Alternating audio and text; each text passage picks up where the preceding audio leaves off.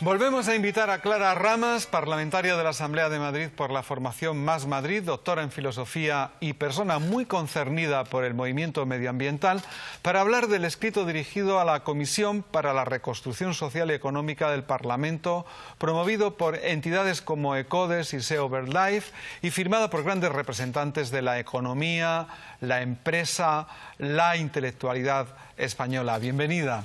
Muchas gracias, Salvador. Muchas gracias por la invitación. Un placer estar aquí. Igualmente. ¿En qué términos dirías que se expresa esta carta? Bueno, pues esta carta tiene como dos reivindicaciones principales. En primer lugar, habla de que es necesario que los paquetes de estímulos y las inversiones económicas que van a poner en marcha los gobiernos, que van a ser de los paquetes más grandes que ha habido, esas inversiones se inviertan en objetivos de transición ecológica, por un lado, y por otro lado, hace mucho hincapié en que se necesita una alianza política, digamos, transversal y muy amplia para llevar a cabo este objetivo.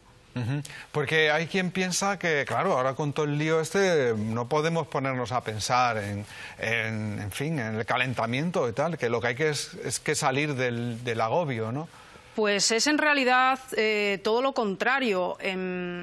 Esta crisis, en la medida en que también es una crisis económica, nos pone al frente de desafíos económicos que hay que afrontar y que tienen que ver con una transformación del modelo productivo. En este sentido, las asociaciones que promueven este manifiesto ponen el acento sobre esta necesidad de una transformación del modelo productivo, pero también, por ejemplo, hacen mucho hincapié en la preservación de la biodiversidad, que tiene muchísimo que ver con la situación en la que nos encontramos de la pandemia. No sé si has visto el libro nuevo de Jared Diamond, donde explica que la concentración de seres humanos y animales en un mundo cada vez más interconectado genera que los patógenos puedan saltar fácilmente de una especie a otra, ¿no? Entonces, esto viene ocurriendo crisis, ¿no? Claro, crisis. Sí. Viene ocurriendo desde los procesos de concentración de población, pero en el modelo actual globalizado es todavía mucho mayor y con una ganadería a escala masiva, etcétera. Entonces, tanto desde el punto de vista medioambiental como de un programa de reconstrucción económica que tiene que caminar hacia lograr los objetivos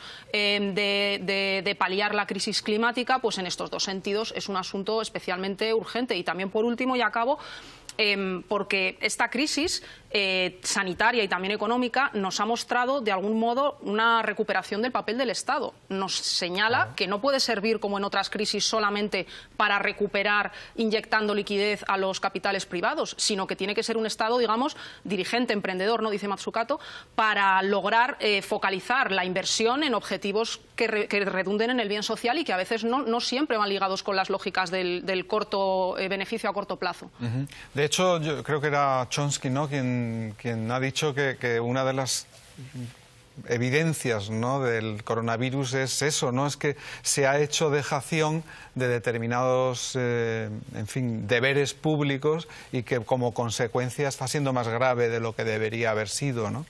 Claro, efectivamente, es así y creo que esta ocasión, como todas las crisis, como tú decías, pues tiene un valor también como epistemológico, ¿no? O sea, nos va a hacer conocer realmente las dejaciones que ha habido anteriormente y una de ellas es la que tú dices, que ha habido desequilibrios y crisis, o sea, y falta de atención a desigualdades sociales que no se han cubierto y que ahora hay que prestar atención, o sea, no...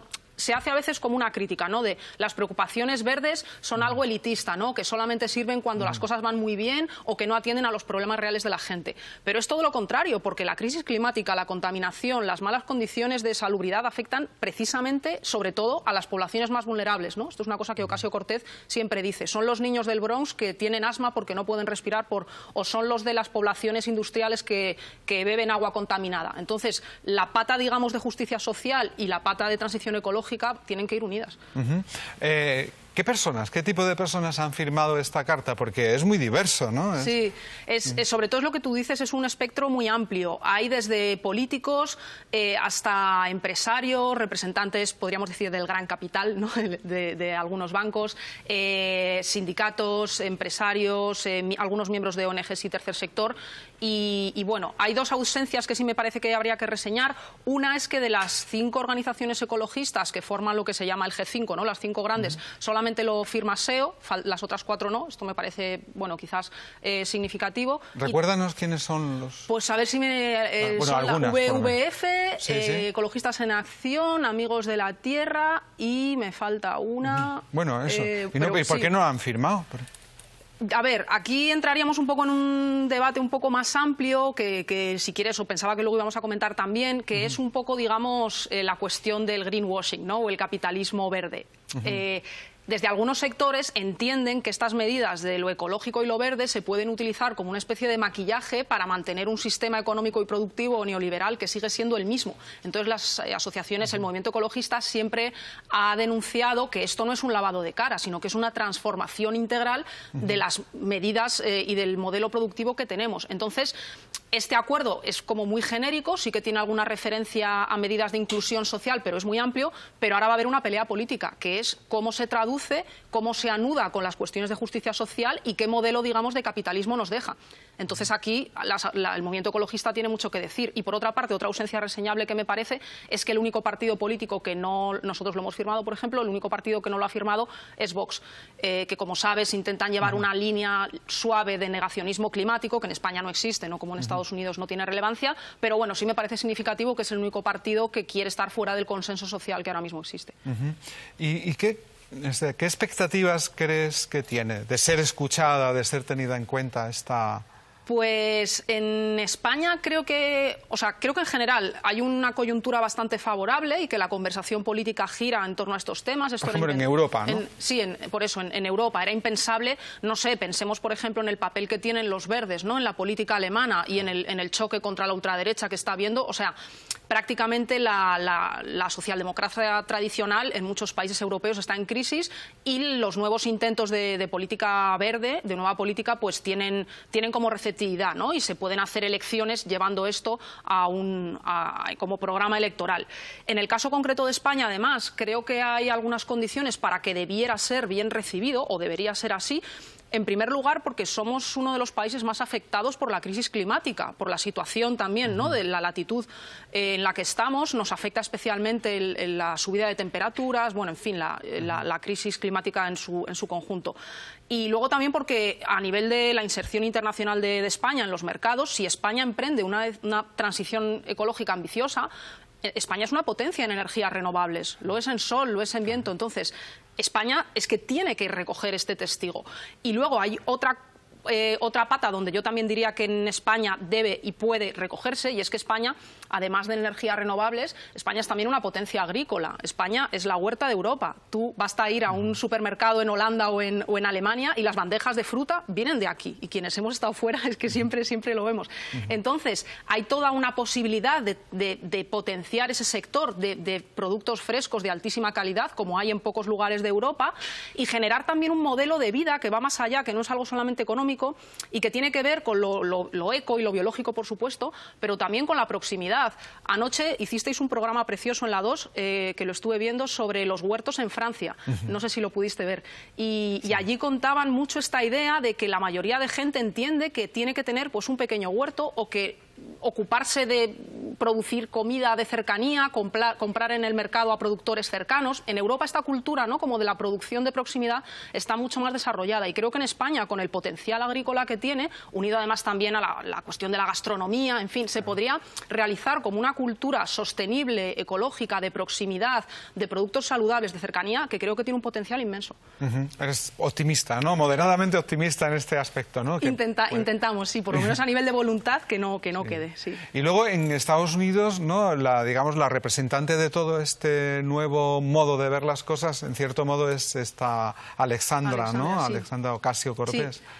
Pues efectivamente, su proyecto, el Green New Deal que ella presenta en Estados Unidos, bueno, que es una especie de recuperación, es una referencia, ¿no?, al New Deal de Roosevelt, esta idea de reconstruir tras la crisis económica. Y el suyo es un programa bastante ambicioso de reducción de emisiones a 10 años, Pero es importante porque no plantea, digamos, solamente como tasas concretas a lo mejor, ¿no? Sino que plantea una reconstrucción de lo que es todo el modelo desde todas las instancias, de gobierno federal, colaboración público-privado, gestión municipal, etcétera. Y es importante porque recupera un poco esta tradición que en Estados Unidos a veces se olvida, pero que existe, digamos, de iniciativa del Estado en política empresarial, ¿no? Hamilton es el ejemplo, ¿no? Fue el primer secretario del Tesoro de Estados Unidos, fundador del Banco Nacional, y él tenía esta idea de que desde el Estado había que dirigir de algún modo las medidas de política económica. Entonces, lo de Ocasio-Cortez es potente en este sentido de reivindicar esta idea. De hecho, ya ha trabajado cercanamente con Mazzucato en esta idea de Estado emprendedor. Y, por otro lado, lo que decíamos antes, la pata social.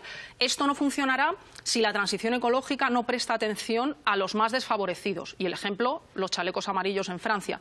Si el peso, digamos, de las transiciones y de los cambios en el modelo energético y productivo caen sobre las capas más desfavorecidas, va a haber malestar. Entonces, ella hace muchísimo hincapié en que no se puede separar, que tiene que haber servicios públicos universales, un modelo fiscal progresivo, y que eso no se puede separar de los objetivos de reducción de emisiones o de uso de energías renovables. Además, un malestar que puede provocar involución política, ¿no? Absolutamente. Entonces, ella también ahí es muy interesante porque ella sí que supo detectar algo que Trump, de algún modo, de lo que Trump es el síntoma, y es que el derrumbe del modelo industrial de Estados Unidos pues ha dejado perdedores, ¿no? Se dice esto de los perdedores de la globalización y encierra una parte de verdad. Entonces, toda esa antigua parte de clase trabajadora, ¿no? Con una estructura industrial que ya no existe o que está en declive, hay que dar una salida política para ello, porque si no es cierto que algunas formas de derecha más radical o más identitaria están haciendo ese discurso para intentar reconducir ese malestar social.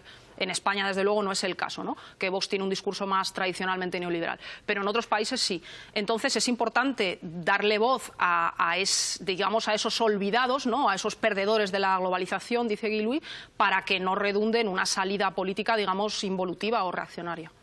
Ha sido un verdadero placer, Clara. Muchísimas gracias. Muchas gracias. Nos vemos en cuanto podamos. Pues yo encantada. Ya sabéis dónde estoy. Gracias.